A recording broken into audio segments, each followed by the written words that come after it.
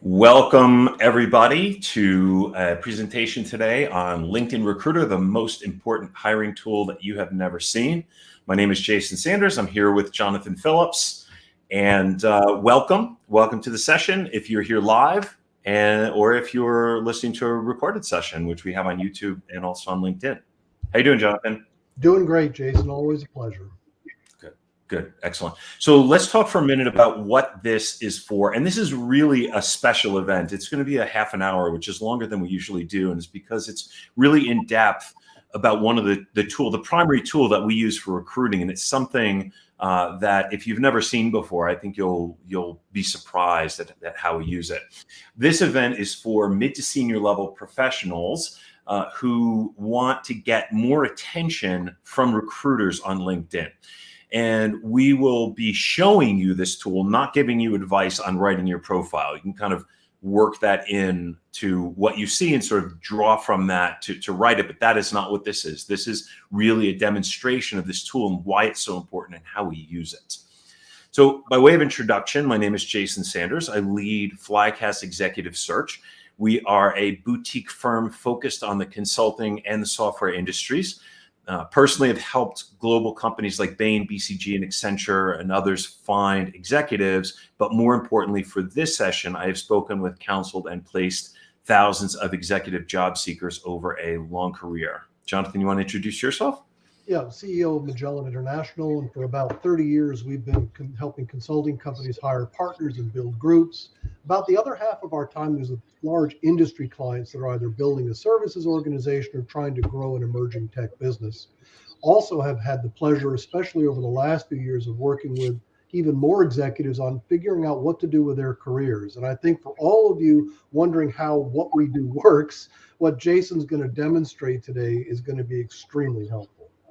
Yeah. And let's just say hi to some people in the room. Make sure that we've got some people joining us today. Anybody out there that wants to say hi? Let's see your name. We're not going to see your smiling face.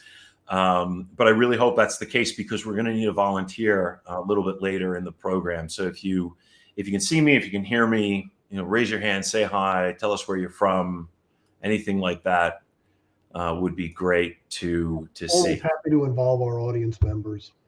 Yeah, we're definitely interested and looking forward to having you participate as well. So what is LinkedIn Recruiter and how do recruiters use it? Basically, what LinkedIn Recruiter is it's the commercial version of LinkedIn. It provides a lot of tools. Hi, Pedro. It provides a lot of tools for recruiters to find people for the searches that we're working on. It has a lot of features, folders, search folders, all kinds of things that allow us to find people using more keywords with greater reach, and it has a lot of depth. As part of this section, we're going to do a live demo, and we're going to need a volunteer. Don't volunteer yet, but we will need a volunteer. When we ask for that, you have to be willing to be visible because we're going to, ask you some questions. And so you're, if you're looking for a job search and you need to be confidential, please don't volunteer. We need to be able to have some, you'll be a public in this room. So just something to keep in mind. Jonathan, I think you and I use LinkedIn a little bit differently. How do you use LinkedIn? So I use LinkedIn with my other recruiters, and I have 3 or 4 other recruiters in Magellan. And so we share a LinkedIn Live account where all of our projects show up on one page, and I might demo that later. But what's terribly important is getting order out of chaos. So we use LinkedIn mirroring every project that we use in our CRM database internally. And anytime your status changes, like if you say you're now open to work and you've ever turned up in a LinkedIn search we've done, we get notified. So remember that it isn't just a static thing we do, but when we create these searches, they remain live for us. And LinkedIn will update them. And frankly, my database actually connects to LinkedIn and will automatically update your profile in my database along with keywords and things that are very important to you so we can stay in touch. Yeah. It's a dynamic relationship. Yeah, yeah, absolutely. And what I do, I think one of the hallmarks of what we do. Oh, and by the way, I guess we're on a slight delay because a whole bunch of people have said hi, which is great. Hi, Claudio, Tony, Renal. I hope I got that right. Chris, LinkedIn user. Oh, that's Lori Britt. Oh, that's interesting. So for those of you that need to sign in confidentially, there is a way to do that. Yeah. I had a question about that. I don't really know how it's done, but you can do it. Harrison, San Francisco, Pedro, I think you said hi before, Oksana, Supriya, and LK from Connecticut. Thanks all for showing up. It's good to see you. So when I use LinkedIn Recruiter, what I typically do is look for the most people possible in a particular area that we're doing a search in, and then narrow it down. And then reach out to, larger group and then smaller group and smaller. And that's kind of, we sort of do I don't know if it's an inverse funnel or what. You can use it in different ways. You can look for a few people and network. And in that case, it gets more precise. Do you use a precise method, Jonathan? We do start narrow to broad. So we'll start narrowly with people that are first level connections that clearly have keywords that tie them to projects we're working on. Those conversations are fairly advocative. We just say, hey, how are you doing? Let's catch up, share the project we're on, ask you for referrals, see how you're doing. So being a first level connection broadens the relationship. But we do focus on those first level connections just because they're much more productive early on. Then later, my recruiters will go far broader to people that are second, third, or even not connected at all. And those are generally through keyword searches. Interesting. Okay, so it's about time for a volunteer. So I'm going to ask somebody to kind of raise their hand. What we're going to do is we're going to look for you. So we're going to take a look at your profile, and then we're going to use LinkedIn Recruiter and see if we can find you using search terms or the area that you're interested in being found for. So for example, if you're a project manager in the financial services field, then what we'll do is we'll run searches for financial services and project management and, maybe New York. We may look for other things, and we'll see how you show up in LinkedIn Recruiter. And so you're a bit of a guinea pig. We're also going to ask you to join us here, LinkedIn user. We're going to need to get who that is. So thank you for that. But I don't have your name. And we're going to bring you into the room as well. So I'm going to need to get you some information. LinkedIn user, can you give me your name? I want to find you on LinkedIn, and then I'll get this done. And Jonathan can tell you a little bit more about the tool. So a lot of times when we start out on a project, and Tony, who's with us today, knows that we'll generally have a particular function, and artificial intelligence and big data analytics is a hot topic for Magellan. So we do nominate people from LinkedIn that we keep, and we tie them to certain things we need to stay abreast with. And we'll call people like Tony and say, hey, what's going on? What are the new emerging trends? And so often it allows us to build a deeper relationship, especially not just from a first level connection, but from a connection of expertise. So in your profiles, if you are expert at something, make sure those words are in your profile. Make sure the things that people know about big data analytics, for example, are in the accomplishments in the various places where you've worked. And don't hesitate to get detailed when you're building your profile. 4 different jobs in a particular company, go ahead and fill that out in LinkedIn. Make sure LinkedIn sees everything you've done at a particular company, and not just, worked a whole bunch at one company and then just list a few things that you've done, but provide the detail. It's very helpful. Great. Okay. I have sent an invitation to Lori Britt. You should have that in your inbox in LinkedIn. It's a link to join us here in the room. So please take a look in your email box and see if you can get that and hit that link and join us. And we'll give you just a couple minutes to get that done. And in the meanwhile, I'm going to bring up what the LinkedIn Recruiter looks like and kind of walk you through that. We'll look forward to having Lori here in a minute. If she doesn't, we have a backup volunteer, Supriya. So let's see what happens. Let's see. So I'm going to do a screen share, and this will be. Yeah, and I'm happy to share a screen with how we manage projects and how people sort of filter to the top in our LinkedIn searches as well. So here is Lori. However, what we're going to do is we're going to show you the LinkedIn Recruiter tool. Let's see if we can get to our, let's see, where are we? So this is kind of what it looks like. And I think I see Lori joining us, so I'm adding her to our stream. Hi, Lori. Welcome. Hi. Thanks for volunteering. Thank you for joining us.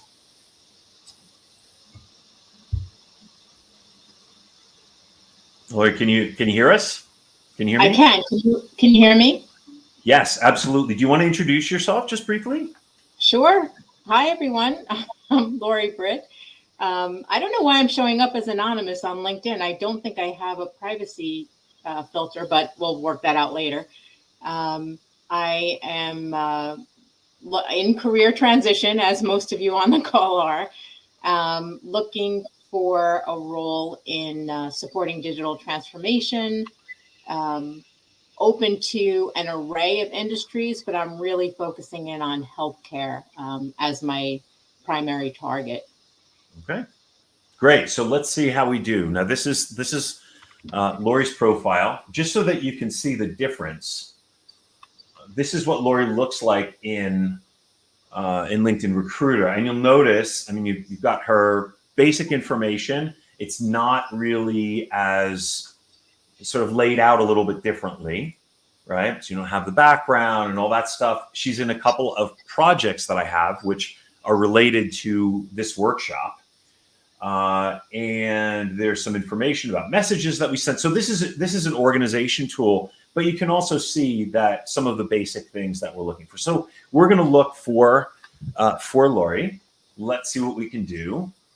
And Lori, you said we're going to see if we can get her into this folder with these CEOs. That's our objective for today. And the way that we're going to do that is by looking for her in this talent pool. Now, the talent pool is basically an advanced search tool. These are all of the different variables that we can use to find people. The reality is we use less than 10, maybe 5 to find people. But if you wanted to, you could look for people using any one of these tools. So, or any one of these fields.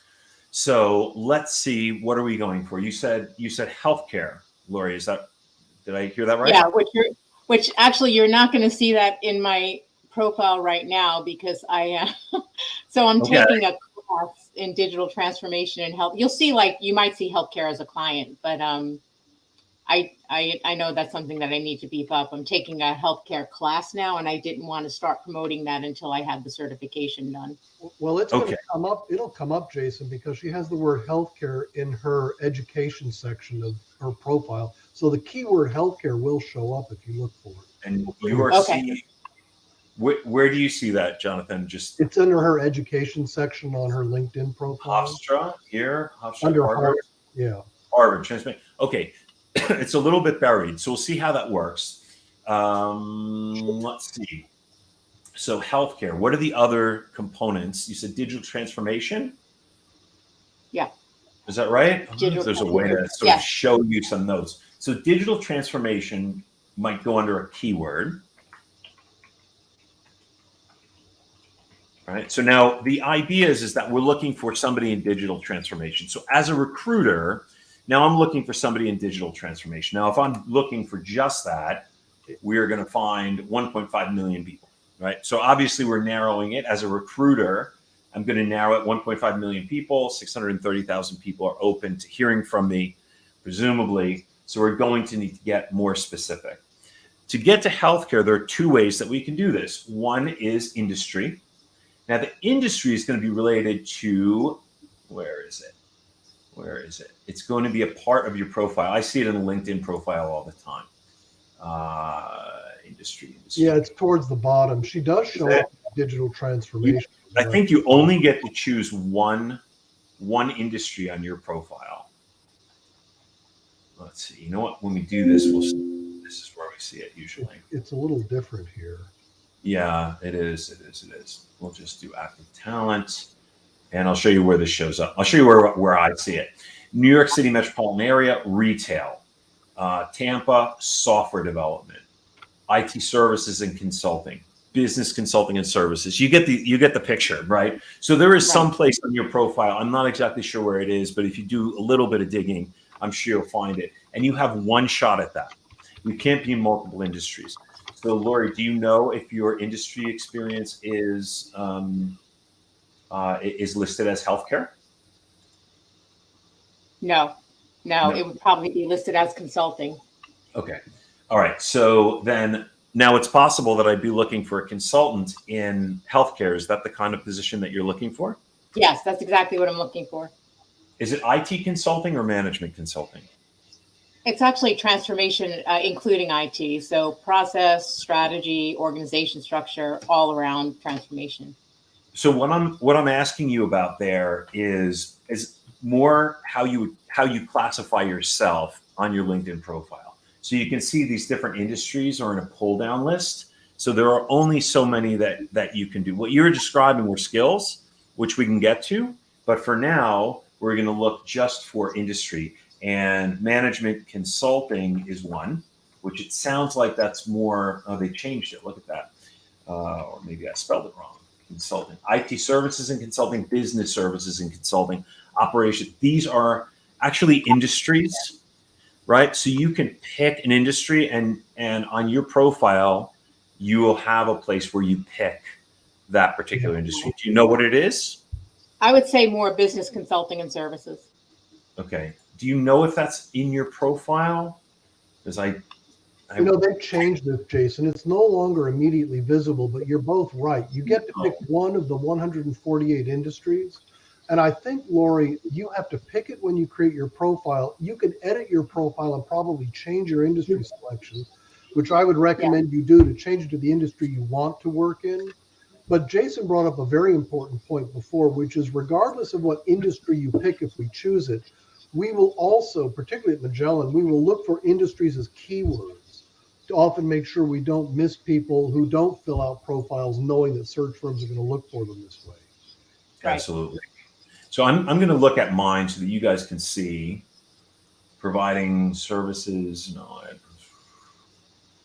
it's funny how it's a little bit buried. It's a little bit buried. Experience, education, volunteering, skills, recommendation, publications, languages. Yeah. Okay. Don't see it. It's really interesting. It's there. It's important. You can see. So, but in this case, we're not going to worry about that.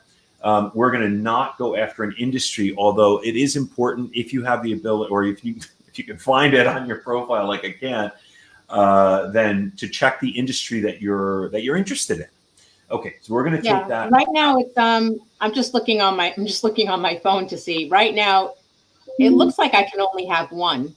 Yes, you can only have one. And it's showing up as business consulting and services. Yeah, if you edit your profile in LinkedIn, your profile, you hit the little pencil on your profile, that's where they've now put industry.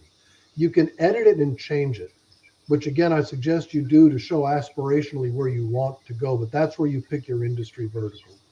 Yeah. Okay. So now the location that you're in or interested in? I'm in and interested in. In where? New York metro area. New York. Okay. New York City metropolitan area. Or northeast. I don't know how detailed it gets, but I would say northeast U.S. Let's just go with New York for now, just for the demo. It's a broad enough area. So, and is there a particular job title that we should be looking for? This would be a job that you get, not one that you have had. I'm sorry. Yeah, I'm looking for on your profile. It would be on your profile somewhere. So yeah, I'm looking at like managing director or partner, managing principal, managing consultant, that type of role. I misspoke. We're gonna look for something that's in your profile, not what you were looking for. Oh, I see. Okay. That is what we're doing. So we're not going to get as specific as what you have here, but we're going to look for either managing principal or vice president. Both of those will have to come up. So our titles will be managing principal or vice president. Vice president is pretty broad. but we'll go with it for now. Let's see if there's anything else. Skills and assessment. Sometimes we use skills and assessment. Now I'm skipping these. When I skip these, that means that those aren't important to me as a recruiter in looking for you. Right? It doesn't mean that you don't have it. It doesn't mean that it's not important to you. It only means how important it is for me when I'm looking to identify somebody for a search that I'm conducting. Workplace types I'm typically not interested in, but those would be hybrid, on-site, remote. Skills and assessments I may or may not be, depending. Companies I certainly could be, especially if I'm looking for somebody from a larger company. If I'm looking for somebody from a major consulting company, a strategy consulting company, I might put Bain, BCG, McKinsey in there, and a couple of their competitors. Right. Schools I didn't usually care about. Year of graduation I do. This is sort of the dirty little secret, right? I mean, and I'll show you what this looks like. We only have 29 people coming up in this, which is pretty, 42 people total. Let's see how if you come up in this search or not. It'd be interesting to see. 98 people. 42. Do you know if you're looking on? Wait a minute. Why is that? That's strange. Okay, open to work. Okay. These filters. I don't want to get into a lot of depth with it. But without the filters, we see 224 people. With the filter, that means open to work is shown on your profile, and it will be on the profile. It would be right here. You see this? Yep. Open to work. If that is checked, you will be one of the 98. If this is not checked, you will be one of the 224. Right. Okay. So you want to check it if you're looking actively. And let's see. So we have 98. Now we get 25 a page. So we can actually go through this fairly quickly and see if you show up. Now I'm going a little bit faster than I might normally go because I'm looking for a name, but I go fast through this thing. I mean, I'll go through a page of this in a minute, maybe two. Supriya, welcome. Let's see. By the way, that doesn't mean that Supriya gets the job and Lori doesn't. But you do want to try to show up higher in the rankings, because what happens is that after a while we get tired of looking at people that are in a long list. So if it's a 500 person list, we're maybe do the first 200 and then move on to a different set of search terms. And LinkedIn will put you higher in the list the more of the words you fit on the criteria on the left. Yes. Right. Okay. All right. Let's see. Going through. Uh-oh, Lori. There's only one more page. I'm sorry for going through this so quickly. That's okay. Okay. There's only one more page. So something is missing here. And we've only got a few people. This search gives us probably fewer than we would ideally like, but not so much fewer. 100 people is not bad in a search. So something is missing. So I'm going to say job titles. Let's see. You have managing principal and you have VP instead of vice president. And this is also a slash, so it may be that. So let's take these out. That's going to give us way many more people. So we've got 1,500 people. We're not going to go near that. But let's see what other kinds of criteria we could use. Degree, seniority. But you would recommend not using VP instead of having vice president written out. Probably. I mean, if you ask me, I might not say it. But it looks like you aren't coming up. If you want, you can change it. We'll run the search again. We'll see if you come up. Yeah. Let's see. All right. And let's see. Years of experience, years in current position, years of experience. So you see how this goes up, right? So now one of the things that can be problematic if you're in the 30 plus year experience group is the number jumps. Typically. So if we're looking for somebody that's 5 to 7 years experience, you don't care. You don't want to be found in that group. But if you are looking in the area of 20 or maybe even 15, but let's say 20 years experience, With 20 years experience, 547 people show up. If I drop this back 1 year, it's 412. So you've got another 25% just by jumping this year, which tells you something about how to structure your LinkedIn profile. We'll leave that with you for now. But that's just something to say. Now, would it be fair to say that you have 30 plus years experience? Yes. Is that clear? Okay. So let's see if we can get you in that, because that gives us then a smaller group, 135. And I'm going to go through this real quick. Jonathan, do you want to talk a little bit about how this is used? It's often helpful when I counsel people on careers, very senior people. They're often astonished by my inability to find them on their LinkedIn profile until they do what Jason's doing here with each of you, which is you actually call a search firm, you actually go through the process and make sure your profile is filled correctly. Most of the time, it turns out, and it's particularly true with people who've been around a while, they just don't put all their previous jobs. So they'll put in their last few years and it'll show that they only have 10 years experience when they've actually been working for 30 years. So how you fill your profile and how you become visible, it's often sort of the first sort of triage I do with somebody who's trying to retract their career or pivot to something else, to take this kind of process, take them through this and show them what their profile looks like when you go looking for it. It's extraordinarily helpful. The other thing to do is to pick someone you admire, someone you respect, someone you like, someone whose job you'd like to have. Look at their profile and copy it. Not if it isn't true, but clearly follow their formats. There are lots of learnings. And Jason and I have a woman, Linda Lupatkin, that we know well, who does this, preparing profile professionally. We're going to have her attend one of these also for people that want to see, how do I optimize my LinkedIn profile? Yeah, absolutely. No, that's great. I'm looking forward to having her here. We found you, Lori. Okay. Okay. So there's going to be plenty of time for questions, but we're going to start wrapping up. But you can see that we found you in the general geographic area with the industry that you have, with the keywords that you have, and with 29 to 30 years experience. Another way that we get to this experience is the time that you get a degree. That's another way that we can do it. And let's see, where is it? So there's seniority can get us there. There's type of degree, but there's the year of degree. I don't see it in front of me right now. Sometimes these things move around. Anyway, you'll just have to trust me with that. Year of graduation. Yeah, it's right here. So you can add a graduation year range and you get a similar kind of thing. And we might be able to do that, but that also runs, and Linda could talk to us about that. That runs by your most recent degree. So if you graduated undergrad, 20 years ago and you just got your MBA, it's going to read you as having just a couple of years experience, and a couple of years past graduation. So that is that. And we did our search.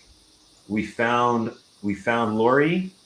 And then what would happen is we would save you in a project. We could send you a message here, a direct message to you via InMail and all of this stuff. And then you would get into our pipeline. So I hope this has been helpful. Like I said, this was not a demo of how to do a LinkedIn profile. We will have that available for you, but this was really more just kind of getting a peek under the hood. Let's see. Let's see. What else do we need to do here? Lessons that you can take away from this. Anybody want to share anything that you're taking away from this, or any questions that you have? We're at the bottom of the hour, just about the bottom of the hour. So if you can't stay with us, we certainly understand. We appreciate you showing up, and we hope that you come to our next presentations. You can find us on LinkedIn. You can find us on YouTube. We're broadcasting there live right now, and there is a channel. It's under my name. So if you do a little searching around, you'll be able to find the histories or the previous episodes that we put forward. Okay, so let's see if we have any questions or observations. Could I jump in? So Michael Spence has asked a question that I think is extraordinarily important. Think about the things you want to do. Make sure that your accomplishments contain the keywords that you see in job postings on LinkedIn. So look at LinkedIn jobs, look at what you want to do, type it in, and see in the job descriptions what are things like digital transformation or big data analytics, whatever the keywords are. Make sure those keywords appear in the accomplishment sections under the jobs where you did them in LinkedIn. It's also important to put your most relevant and significant and high quality accomplishments as high up in your profile so they look recent and relevant on LinkedIn also. And remember, LinkedIn is basically an advertising and marketing tool for you. Yeah, absolutely. And Lori, I forgot to say thank you very much for volunteering, and thanks Lori, for joining us. Thank you. It was very helpful. Yeah, good, excellent. We'll see you soon. We have a number of other questions, Jason. Do you see them on your comments? Let's see. How many previous jobs should we list when you're zooming? Let me see if I can go back through this and see.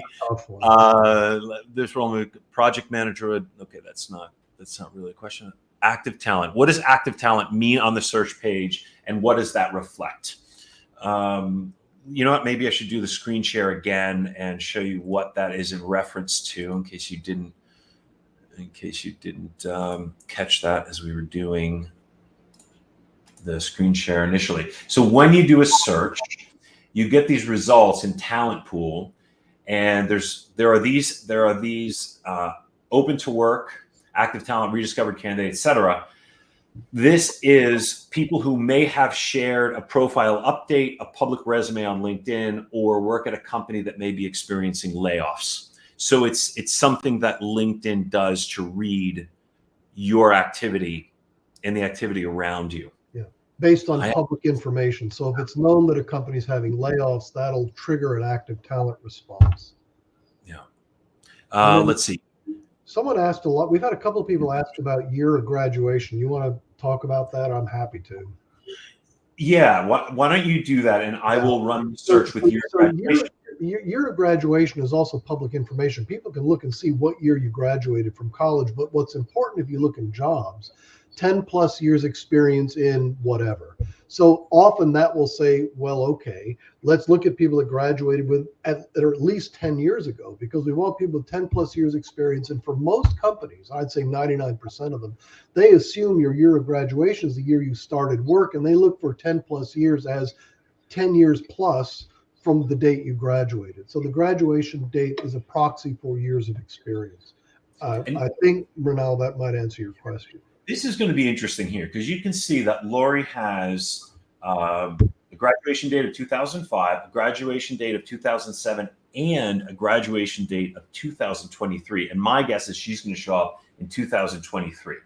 So let's see. We've got... That's an interesting test. Yeah. So let's see if we'll just go to 2005 and see what we get with that. See if she shows up. Well, if you don't put the year of graduation, often if your years of experience cover it, you're going to be fine. But often in the interviewing process, if you make it to the third or fourth stage and you're about to be a finalist, they're going to want to see probably proof of degree receipt just in their normal qualifying for candidates. So if you don't put it on in LinkedIn, it's likely to come up during the interview process anyway.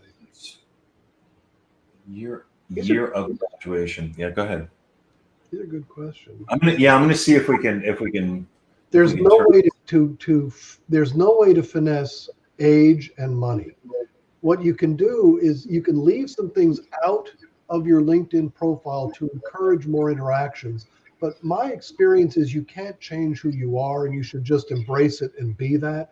That's a slightly sensitive discussion, but again, we have another speaker coming, John Firth, who's going to talk about what effect does chronology have in your career and in how you're found and how people look at you for work. Very sensitive subject where we all understand it. We're going to have John Firth come and talk about, the implications of, let's say, the year of graduation. But you are who you are, and I think it's important. I don't know how else to say that. It's too deep a subject to go into beyond that here. Yeah. I just would say. So we found Lori. Lori graduated in 2023. You're younger than you thought. I personally use this year of graduation on occasion. It's inaccurate sometimes, as you can see. Years of experience is better generally, but this can be a proxy for years of experience. And so it's just something to be conscious of when you're creating that and when you're listing your graduation years, if they're far apart like that. Let's see. Do we have any other questions in here or some comments? ones in here. So there's how many previous jobs should you list? Again, public information, most of it. I'd probably list all of them within reason. It does depend on how long the job was, what the intent of the job was. But generally, just sort of say what you've done and try not to filter too much if you don't have to. But yeah, it's important to do that. What stands out on a page when we look at it, how high you are in the return and how many mutual connections we have. I'll often look at that really, really quick. And then I'll want to see in the last 3 jobs sort of what you've done. So your accomplishments in the jobs, that's something I look for all the time. Okay. Michael. I think you answered that question in this, but I still want to take a stab at it for Marino. I'm sorry, I'm probably butchering Mr. Widge. So Mr. Widge asks, when you're zooming through a page a minute, what exactly stands out to you?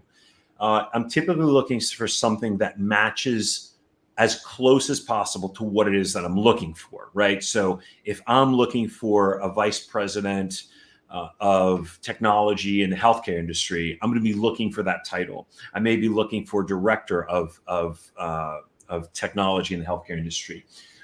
That comes out in 2 places. So we're taking Lori's, one of them in her title, that's difficult to control, right? Especially if you're working for an organization. You don't want to write your director if you're a VP or vice versa. You can't fudge that too much, a little bit, but not too much. But this piece is called your headline. And that stands out the most. You can see it's the first thing that you see after the person's name next to their picture. And that is what jumps off the page. So if you're going to optimize anything, that's going to be what it should be. And that would be one, big takeaway from this. And this is where it is on the commercial or on the consumer version of LinkedIn. This is where it shows up. And you can see, Lori's taking good advantage of that real estate.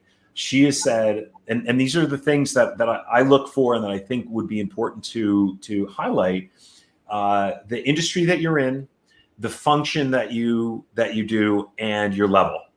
And you can see at least a few of those. And I think that the digital transformation at the front of her headline made her show up higher in these search results when we did it by years of experience. We still have an issue with title, so something to be aware of. But I think that helped bring you to the first page.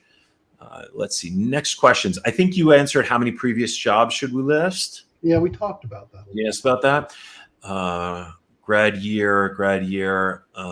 What did you search for to find this group? That's from Adriana, and I'm to invite us all. Okay, that's okay. So to invite you all to this group, there are a couple of ways. So one is we have our own database of people with a MailChimp. We send out an emailing every so often. We don't do it every week, but every so often we send it out announcing when we have a presentation that we really want to make known to people. So if you got the email there, then that's your answer. You're known to us. We have your email address and we sent you a note. If you were on LinkedIn and you got a note from me, what I did, and which I continue to do, I'll show you this little under the hood thing that I was not planning to do today. I have a bunch of projects listed, one of which is, there's attendees. So I started doing this. It's difficult to keep up as people are showing up. But this is to promote the career workshop. And here, what I did was I searched all of my first level people, and I looked for people that have open to work listed in their profile. Now, I only have 544 because people that I already sent something to are hidden, but this is how I did it. So each person here says they're connected to me, and they say they're open to work. And what I do is I sent everybody a note, and I have to stop doing that now because LinkedIn slapped me on the wrist for doing that. But regardless, that's how I got a lot of people here initially. And I said, look, it lists you as open to work. And a lot of times people don't know that. They're not even aware that they have that box checked. And so, I figured that there's some value to that and people knowing that they're being seen. And so I sent that out. That's how I invited a bunch of people here. recently. And then another question, I think this is going to be your last one, from Mr. Widge. Thanks, Jonathan. What if I recently have gotten an MBA and have a bunch of experience before that, though? I think we covered that, but honestly, just go ahead and put it in. And again, Adriana Delore asked a similar question in a different frame, which is how to be more searchable or more findable. Keywords are critical. So if you've done things that are interesting to you, make sure those words are in your profile somewhere. The other way to become more visible is to connect with a lot of people on LinkedIn. For whatever reason, your return on searches is partly a function of how well we're connected, how many mutual connections we have. So finding people that are sort of in your sphere of interest and connecting to them, getting to know them, whether it's search firms or just other people doing what you do, those connections can help you simply become more visible. You can also post and repost articles on LinkedIn. Make your profile alive. Make it robust. Find articles you're interested in, repost them on LinkedIn under your profile. That does add keywords, but it also adds activity level to your LinkedIn profile, which makes you more findable. Yeah, I think that's going to be a really good question for Linda as well. You think she can handle that? How to invite people? She loves that. How do you make your LinkedIn profile come alive? She's all beyond just what the words are, but how to actually use it. Well, in fact, you and I need to change our LinkedIn profiles. I mean, Linda's assessment of us was revealing as well, things that we can do. Let's see. So I have got a question here from Supriya. Should you add a public resume to your profile? I generally don't look at people's resumes. I don't even actually know that they're there a lot of times. I suppose, it has to do with the function of a resume. Resume is a quick way to screen somebody in or out of an opportunity. Generally, it's a good idea to try to talk to people, network with people when you're looking for a role, regardless of, even whether you're, whether that they have something specific for you. You don't want to take that too far, but if you can have conversations with people, it's a good idea. So the resume does not necessarily do that for you. What you can do, though, by posting it publicly, right? Because it tells somebody, oh, this is what they have. I can eliminate that person. So if you want that to be the case and be more specific, then it probably would be helpful. You could also put something up that really is very, sort of thin, like not a lot of information, but is still a resume to get yourself listed as active talent. Personally, I haven't used that filter. I use the open to work filter, but I don't use the active talent filter. So that's, that's just me. Tony asks about JobScan. The most important comment I want to make is we never assume we know all the tech. We talk a lot about LinkedIn. It's hot and topical. It's sort of like a locus of activity, but there are other software tools, and JobScan is a good example of how can you make yourself more visible. I would avail myself of those tools, especially when it says get started for free. It doesn't hurt to learn. If it works for you, that's great. We're evaluating what we want to do with JobScan here, but I've got another client in the Career Compass product I sell that is using JobScan. It's been pretty helpful. That's something else Linda Lupakin can talk about. Yeah, good. Okay, she's gonna have a full day. JobScan, Agile methods, Agile methodology, or just Agile. Okay, so that's a kind of an interesting question. So first of all, Tony, you can put them all in there, right? I mean, you can work that out. A lot of times there's a place. Let's see if Lori did it. You can, here, she put this in, specialties. So you can put Agile methods, Agile methodologies. The search function in LinkedIn here is not really a specific Boolean search. So Boolean search is something that uses wildcards. It's very specific in the way that it looks for things. You can find Boolean search in Google. You can find people that give tutorials on Boolean search.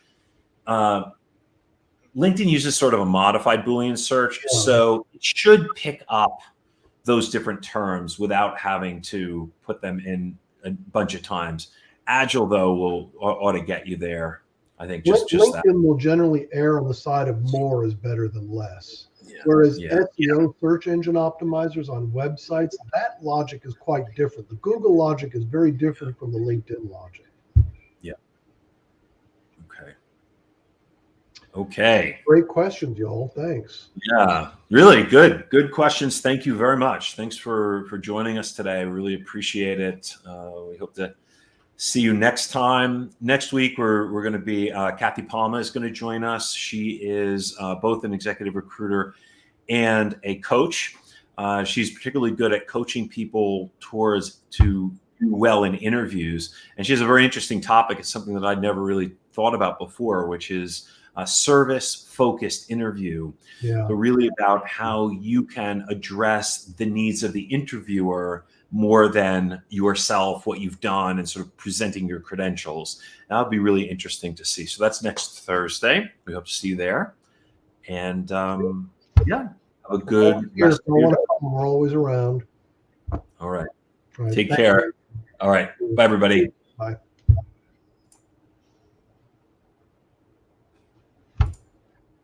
That was fun.